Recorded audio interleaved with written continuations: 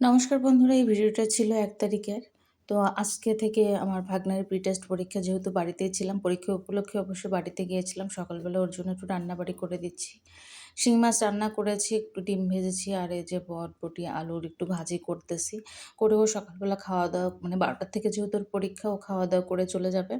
আর আজকেও আমাদের কিন্তু চলে আসতে হবে।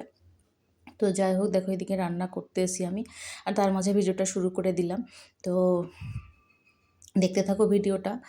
তো যে বন্ধুরা দেখো, আমার চোখে কিন্তু ফোলাটা কমে গিয়েছে, চোখের সমস্যা হয়েছিল সেটাও কিন্তু অনেকটা ভালো হয়ে গিয়েছে। এদিকে কিন্তু আমার বাবু খেতে শুরু করেছে, খাওয়া-দাওয়া শেষ হয়ে গেছে, নিয়ে যাবে অবশ্য আমারই যাওয়ার কথা ছিল।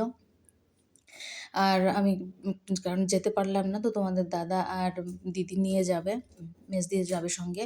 তো যাই হোক, তারপরে আমি স্নান-টান করে নিলাম, নিয়ে রান্না করতে আসছি। রান্না করব বলতে পুষ্পান্ন রান্না করব ভগবানের ভোগের জন্য।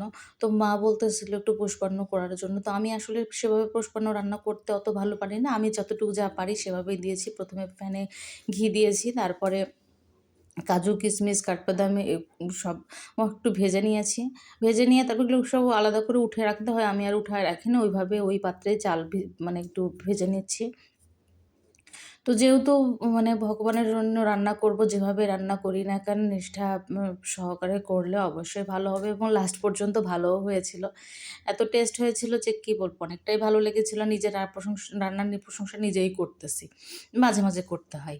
কারণ দেখা গেছে যে তোমার প্রশংসা কে করলো না করলে সে অপেক্ষায় বসে থাকলে চলবে না।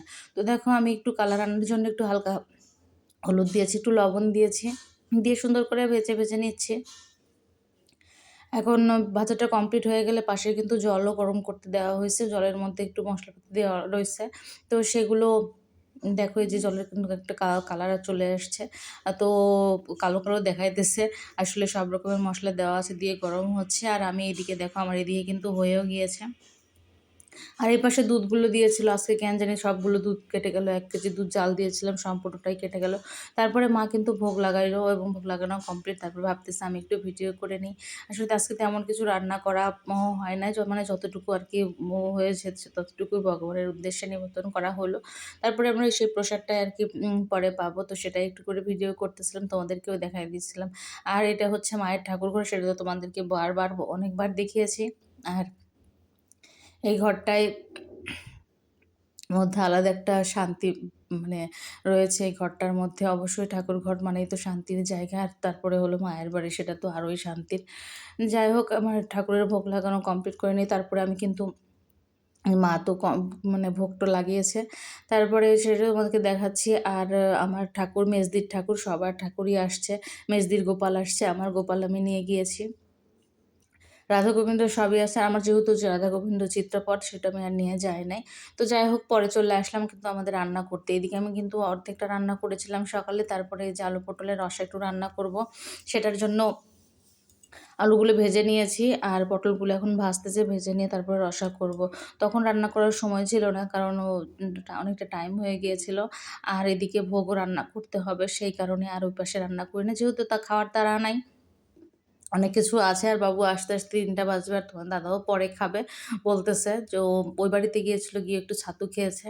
তো যেহেতু ও ছাতু খায় না, তো ছাতু খেয়ে এখন ওর মানে পেটটা ভরা, ভরা ছিল। তো যাই হোক, আমরা সবাই মিলে খাওয়া-দাওয়া করে নিলাম। নিয়ে যে দেখো রেডিও হয়ে যাচ্ছি।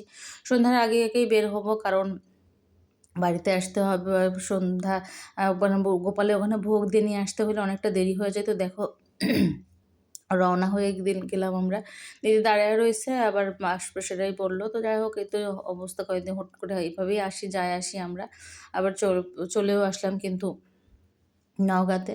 চলে আসলাম আপন ঠিকানায়। আসলে ঠিকানা তো নির্দিষ্ট কোনো নাই। এখানে একবার, ওখানে একবার, সে একবার মায়ের বাড়ি, একবার শ্বশুরবাড়ি। তো শ্বশুরবাড়ি বলতে এটা হচ্ছে স্বামীর ভাড়া করা বাড়ি। নিজের আর বাড়ি হইল না। জানি না কোনোদিন আদৌ কোনোদিন নিজের একটা বাড়ি হবে কিনা। তো যাই হোক, তারপরে এসে ফ্রেশ ট্রেশ হয়ে নিলাম। এমনকি স্নানই করলাম। এদিকে পূজাও কমপ্লিট করে নিলাম। কারণ পূজা কমপ্লিট করে নিয়ে তারপরে তোমাদেরকে আর কি দেখিয়ে দিচ্ছি, কারণ এদিকে অলরেডি দেরি হয়ে গেছে আসতে আসতে, যেহেতু একটু ধীরেই আসছে, যেহেতু তোমার দাদার মাজার ব্যথা ছিল সেই কারণে একটু ধীরে চালিয়ে আসছে। আর মেয়ে যে এসে হাত পা মুখ চোখ ধুয়ে ফ্রেশ হয়ে যে ঘুমায় পড়ছে, আর সারা মানে রাতের মধ্যে আর উঠে নাই। আমি একটু মোটামুটি যা পরিষ্কার করলাম এগুলো সব এলোমেলো ছিল। ওই যে কাপড়গুলো দেখতে পাচ্ছ সেগুলো রয়েছে, যে প্রসাদটা আম রয়েছে। তো এই তো ছিল বন্ধুরা ভিডিওটা ভালো লাগলে অবশ্যই একটা লাইক কমেন্ট করে দিও। সবাই ভালো থেকো, সুস্থ